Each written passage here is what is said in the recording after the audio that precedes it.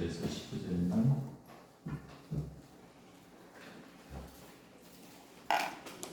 여호와의 말씀이 또 내게 임하여 이르시되 너는 이 땅에서 아내를 맞이하지 말며 자녀를 갖지 말지니라. 이곳에서 낳은 자녀와 이 땅에서 그들을 해산한 어머니와 그들을 낳은 아버지에 대하여 여호와께서 이와 같이 말씀하시오니 그들은 동방으로 져도 아무도 생사하지 않을 것이며 묻어두지 않아 지면에 불과 같을 것이며 칼과 기름에 망하고 그 시체는 공중의 새와 땅의 짐승에 가리게 되라. 여호와께서 이와 같이 말씀하시되 초상집에 들어가지 말라 가서 통곡하지 말며 그들을 위하여 애곡하지 말라 내가 이 백성에게서 나의 평강을 빼앗으며 인자와 사랑을 제하리라 여호와의 말씀이니라.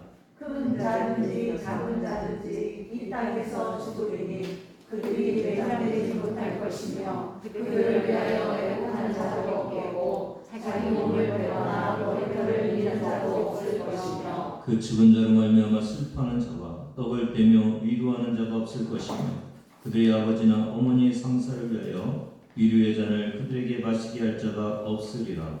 너는 다시 집에 들어가서 그들과 함께 앉아 먹거나 마시지 말라. 만군의 여호와 이스라엘의 하나님께서 이와 같이 말씀하시니라. 보라 기뻐하는 소리와 즐거워하는 소리와 신랑의 소리와 신부의 소리를 내가 네 목전 네 시대에 이곳에서 끊어지게 하리라. 내가 이 모든 말로 백성에게 말할 때 그들이 내게 묻기를 여호와께서 우리에게 이 모든 큰 재앙을 선포하시면 어찌 되리며 우리의 죄악은 무엇이며 우리가 우리 하나님 여호와께 범한 죄는 무엇이냐 하거든. 그는 그들에게 대답하기를 여호와께서 말씀하시되 너희 조상들이 나를 버리고 다른 신들을 따라서 그들을 섬기며 그들에게 절하고 나를 버려 내 율법을 지키지 아니하였으니라. 너희가 너희 조상들과 또 아브라함이다. 보라 너희가 각기 악한 마음에 완악함을 따라 하고 나에게 순종하지 아니하였으므로 내가 너희를 이 땅에서 쫓아내어 너희와 너희 조상들이 알지 못하던 땅에 이르게 할 것이다. 너희가 거기서 주야로 다른 신들을 섬기리니 이는 내가 너희에게 은혜를 베풀지 아니함이라 하셨다 하라. 여호와의 말씀이라. 그러나 보라 날이 이르리니 다시는 이스라엘 자손을 애굽에서 유고하여 내신 여호와께서 살아계심을 두고 맹세하지 아니하고 이스라엘 자손을 북방 땅과 그 쫓겨났던 모든 나라에서 인도하여 내신 여호와께서 살아계심을 두고 맹세하리라. 내가 그들을 그들의 조상들에게 준 그들의 땅으로 인도하여 드리리라. 아멘. 당신 이야기 많이 들었습니다. 정직이 최고의 상술이라고 하셨다면서요. 당신의 사업 수완과 리더십, 도덕성은 미국 백악관에서도 자자합니다. 그래서 당신을 최신부 장관으로 추천합니다. 이렇게 얘기하니까 각각 영광입니다. 하지만 장관직을 수행하는 일 때문에 주일 교사 일을 하지 못한다면 받아들일 수 없습니다. 해리슨 대통령은 깜짝 놀라며 존의 얼굴을 쳐다봤습니다. 그때 마침 옆에 있던 비서가 물었습니다. 존 장관직이 주일학교 교사 일보다 못합니까? 아닙니다. 제게는 과분한 영광입니다. 하지만 장관직은 몇 번 하다말 부업이지만 주일학교 교사직은 제가 평생 동안 해야 할 본분입니다. 주님은 나의 날이 아니라 주님의 날입니다. 교회에서 가르치고 봉사하는 일은 나의 최고의 기쁨이자 특권입니다. 장관이기 때문에 그 기쁨을 포기할 수는 없습니다. 그 말을 들은 해리슨 대통령이 호탕하게 웃으면서 이렇게 말했습니다. 당신의 기쁨이자 특권은 내가 보장하리라. 존은 결국 주일학교 교사를 계속하면서 장관직을 할 수가 있었습니다. 존은 이렇게 장관직을 잘 훌륭하게 수행했습니다. 이 존은 21살부터 시작돼 갖고 65년 동안 단 한 차례도 빠지지 않고 결석하지 않고 교사 일을 했다고 봅니다. 장관직을 다 끝낸 다음에 어느 기자에게 이렇게 말을 했습니다. 나는 평생에 많은 재산을 모았습니다. 지금 내가 가지고 있는 건물과 땅만 해도 200억 달러 이상이 될 것입니다.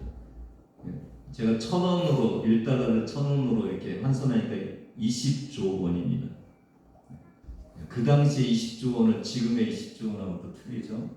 근데 현재 내 소유물 중 가장 가치 있는 것은 12살 때 산 빨간 가죽 표지의 작은 성경입니다. 성경책을 사려고 모은 돈은 전 재산이었습니다. 그만큼 나는 가난했습니다. 그런데 그 일이 제게 가장 가치 있는 역사가 되었습니다. 여러분, 이 존의 고백들을 여러분 좀 다시 한번 생각해 보시기를 바랍니다. 전 재산을 털어갖고 산 그 성경이 자기 자산의 가장 가치 있는 거라고 그렇게 고백하고 있고요. 장관직은 부업이고 주일학교 교사가 본업이라고 그렇게 이야기를 하고 있습니다. 얼마나 하나님을 사랑하는지, 하나님의 일을 얼마나 가치 있게 여기는지를 볼 수 있는 그런 말들입니다. 이 고백한 사람은 백화점 왕 존 워너 메이커였습니다. 워너 메이커의 신앙은 가장 바람직한 신앙입니다.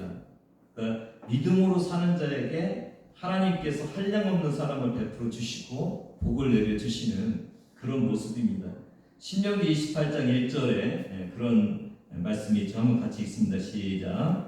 네가 내 하나님 여호와의 말씀을 삼가듣고 내가 오늘 내게 명령하는 그의 모든 명령을 지켜야 하면 내 하나님 여호와께서 너를 세계 모든 민족 위에 태어나게 하실 것이다.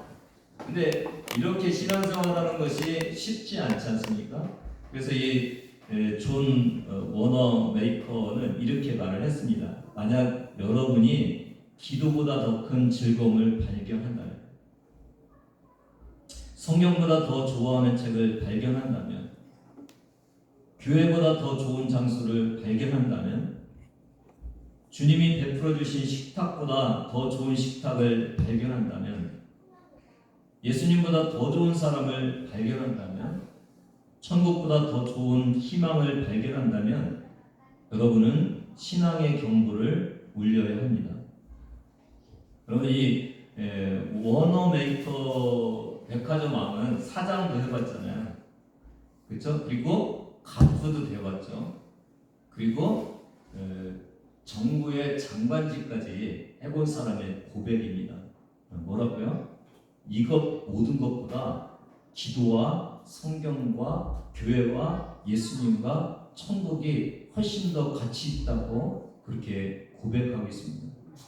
사랑하는 여러분, 기도, 성경, 교회, 예수님, 천국이 여러분 가장 삶에서 소중한 것입니까? 아니면 다른 것을 더 소중하게 여기고 계십니까?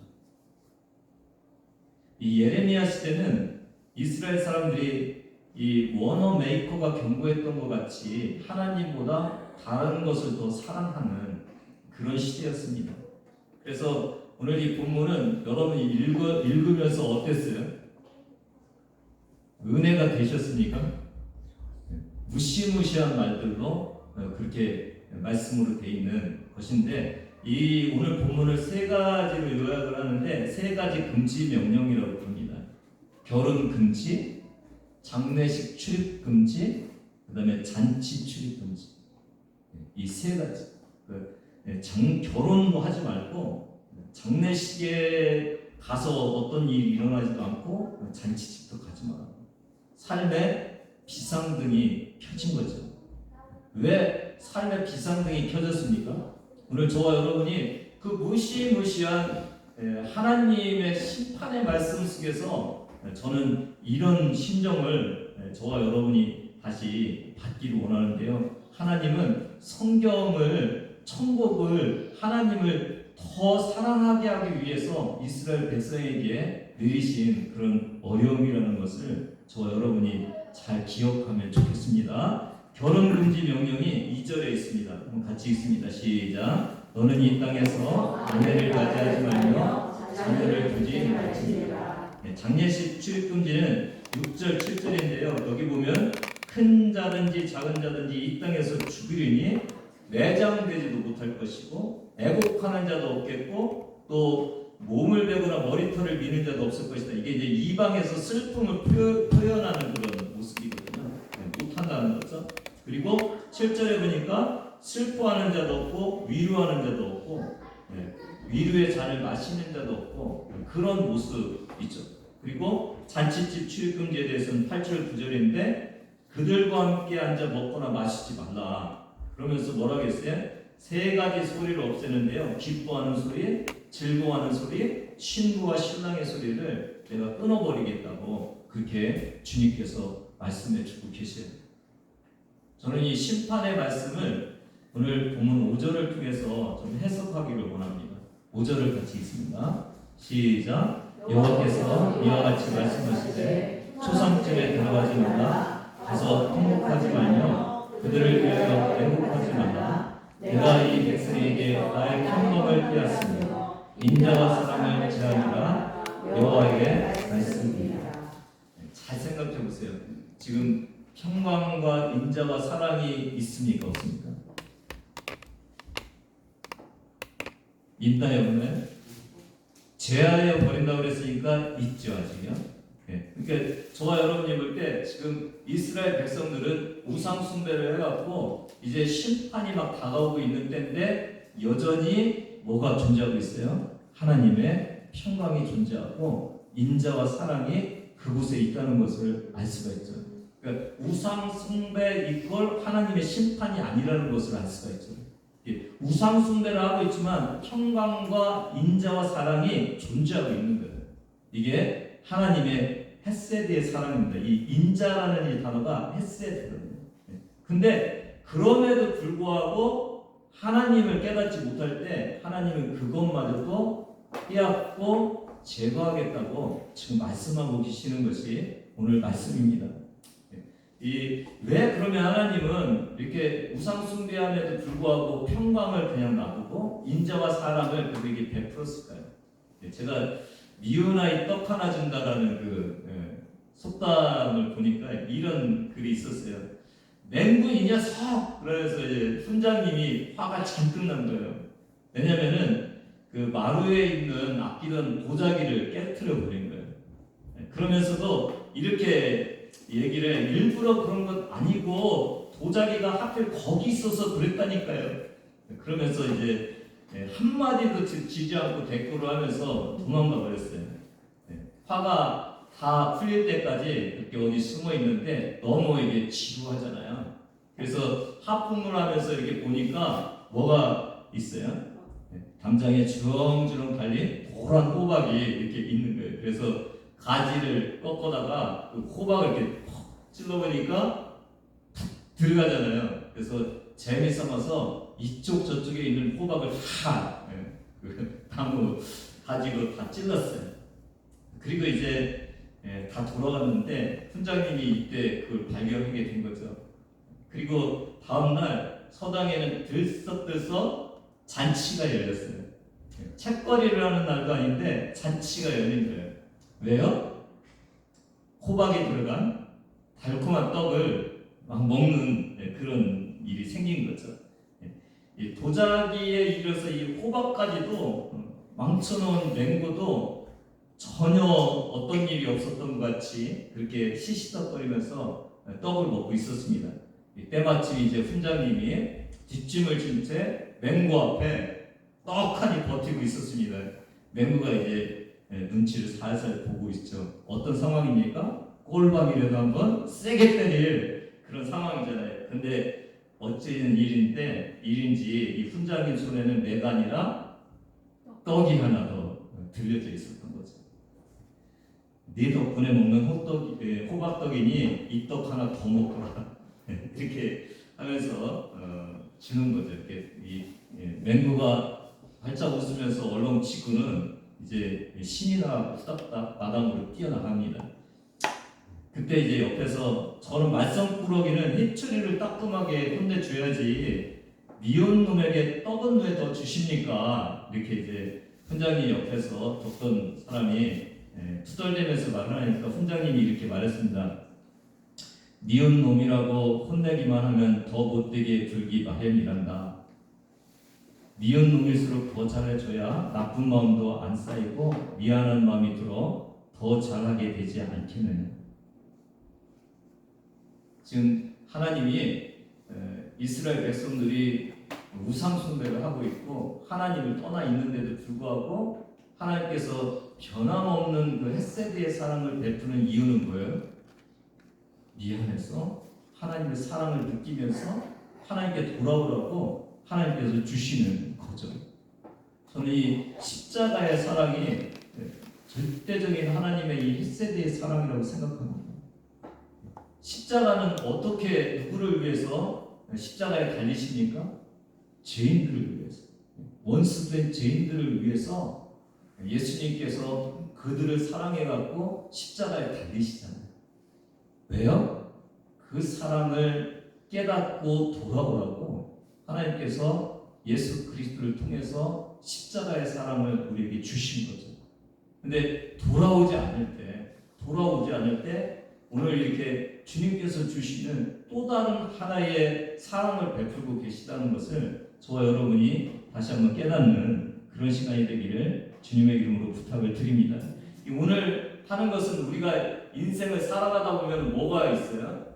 자라서 결혼하고 그 다음에 애 낳고 그 다음에 죽는 게 이게 세 가지잖아요. 근데 이 세 가지를 하나님께서 어렵게 만드는 그런 일들을 하고 있는 것을 알 수가 있습니다.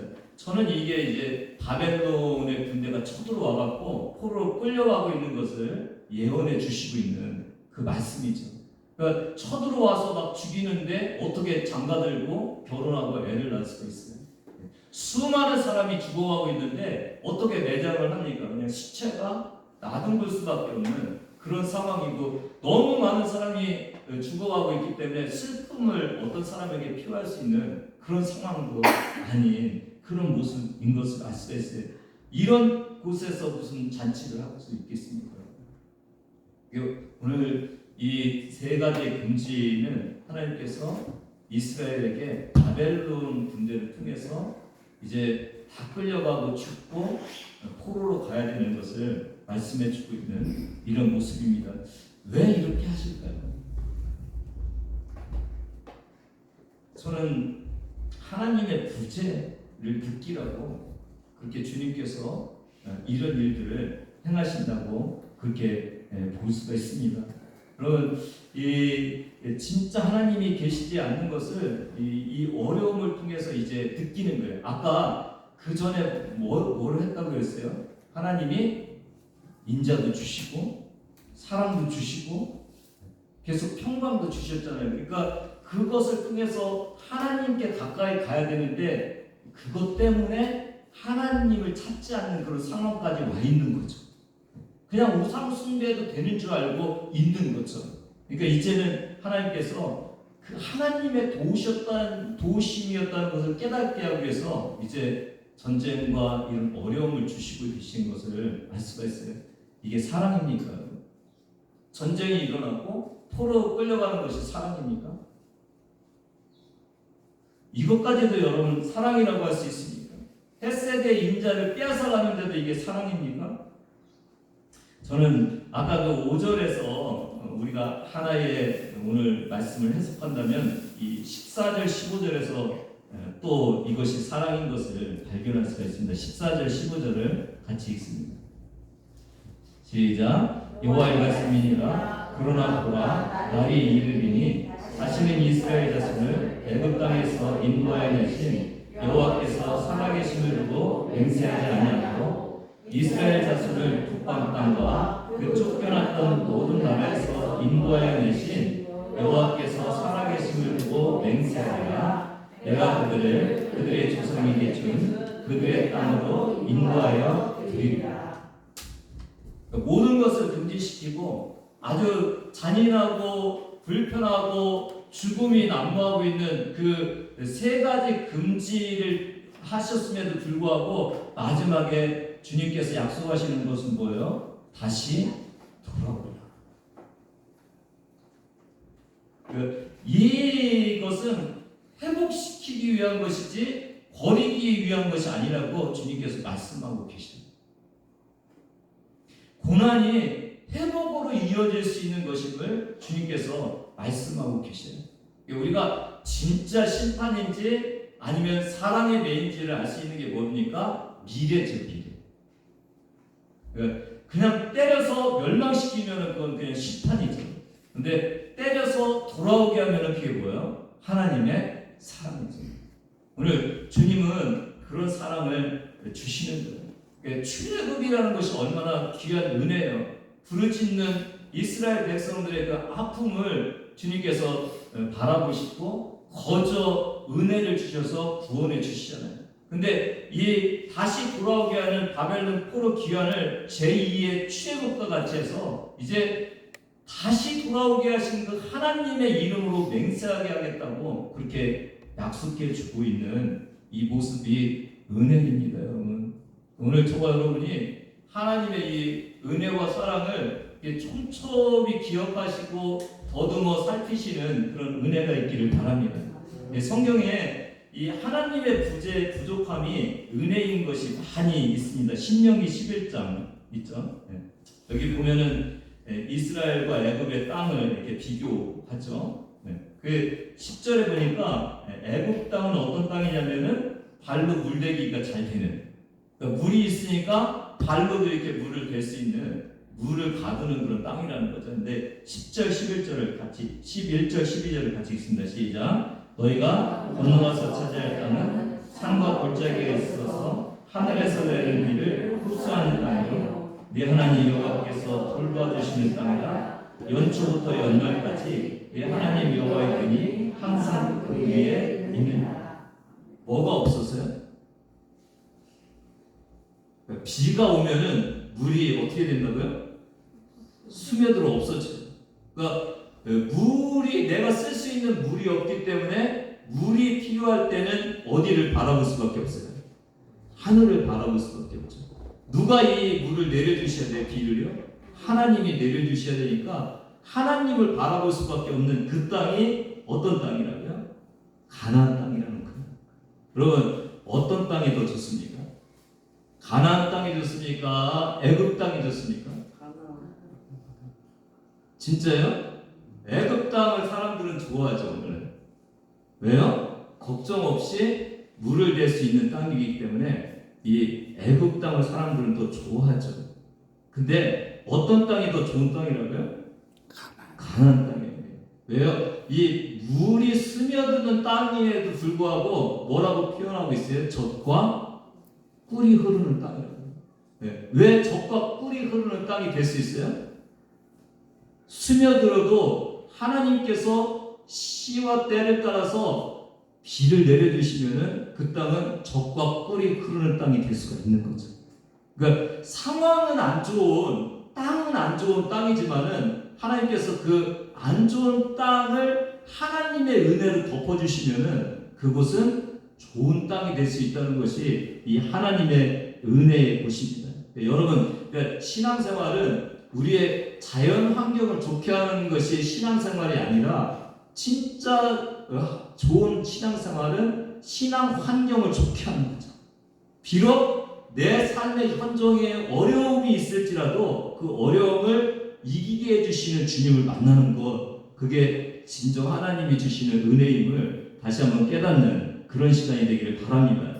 이 3장, 창세기 3장 13장 10절에도 롯이 아브라함과 이렇게 분리되면서 소유가 너무 많아서 가는데 롯이 뭘 봅니까? 온 땅에 물이 넉넉하니. 무슨 땅과 같다 그랬어요? 에덴 동산과 같고 애굽 땅과 같다고 그렇게 얘기하잖아요.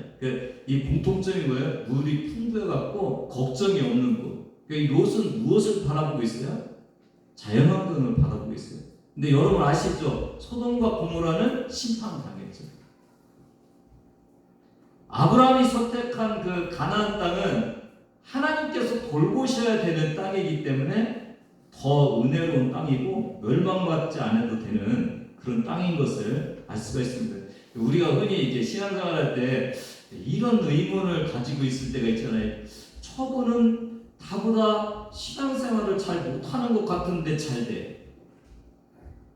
있습니까? 내가 훨씬 더 기도를 열심히 하는 것 같은데 저분은 응답되는 것 같고 나는 안 되는 것 같아요. 기도하지도 않고 예배도 잘 안 되는 것 같은데 왜 저렇게 잘 풀리지? 진짜 복받은 사람은요, 주님 없이도 잘 풀려지는 사람이 복받은 사람이 아니라 어렵고 힘들어서 주님 앞에 나가서 기도하고 애쓰고 힘써서 하나님이 주시는 은혜로 사는 사람이 진짜 하나님의 복을 받은 사람인 것을 저와 여러분이 다시 한번 오늘 말씀을 통해서 기억하시는 그런 시간이 되기를 바랍니다. 사도 바울도 육체적인 가시를 통해서 하나님의 은혜 속으로 들어갔잖아요. 7절에 보니까 너무 계시 삼측전을 받잖아요. 그래서 너무 많은 것들을 하나님으로부터 받아서 뭐 하지 말라고요? 자만하지 말라고, 교만하지 말라고 가시를 줄였다고 그렇게 하잖아요. 그러니까 이 가시는 교만을 막는 거였죠. 9절에 보니까 내 은혜가 되게 족하다고 그래서 이 가시는 족한 은혜를 알게 했고, 그래서 10절에 보니까 능욕과 궁핍과 박해와 공고를 기뻐하는 그런 모습으로 갔습니다. 부족하고 연약한 것이 때로는 은혜가 되는 거죠. 저는 오늘 이 본문의 모습을 보면서 세 가지의 금지를 하는 하나님의 모습을 보면서 저는 하나님의 또 다른 사랑을 저와 여러분이 같이 나누기를 원했습니다. 여러분, 우리에게 닥친 어려움이 좋은 것인지 나쁜 것인지를 결정하는 것은 내가 고통받는 것인지 아닌 것인지가 아니라 그 어려움을 통해서 하나님께 더 가까이 가고 있는지 아닌지를 아는 것이 더 중요한 일이고, 만약 그 어려움이 있을지라도 내가 하나님께 더 가까이 갈 수 있는 어려움이라면 그거는 저주가 그냥 저주가 아니라 하나님이 주시는 은혜의 저주인 것을 다시 한번 기억하시는 여러분 되기를 바랍니다. 비를 흡수하지 않는 매력적이지 않는 땅이 은혜의 땅이고, 육체의 가시마저도 하나님의 은혜가 되는 그곳이 바로 신앙생활인 것을 저와 여러분이 다시 한번 기억하시는 그런 시간이 되기를 바랍니다. 가장 복된 신앙은 하나님이 공급하시는 은혜로 살아가는 신앙입니다. 하나님 없이도 잘 사는 사람보다 하나님의 도우심이 없으면 살 수 없는 사람이 복된 사람입니다.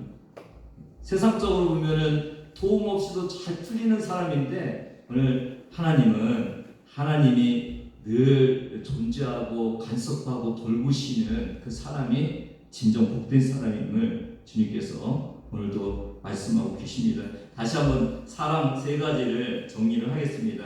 첫 번째 사랑은 어떤 사랑이라고요? 아까 백화점 왕 메이커 얘같이 하나님을 잘 사랑하고 섬기면서 하나님도 그에게 복을 주는 그 사랑. 근데 두 번째 사랑은 어떤 사랑이라고요? 그렇지 않아도 하나님께서 평강을 주시고 인자와 사랑을 주시는, 우상 숭배 속에서도 그래도 전쟁을 막아주시고 포로를 막아주시는 그 하나님의 사랑이죠.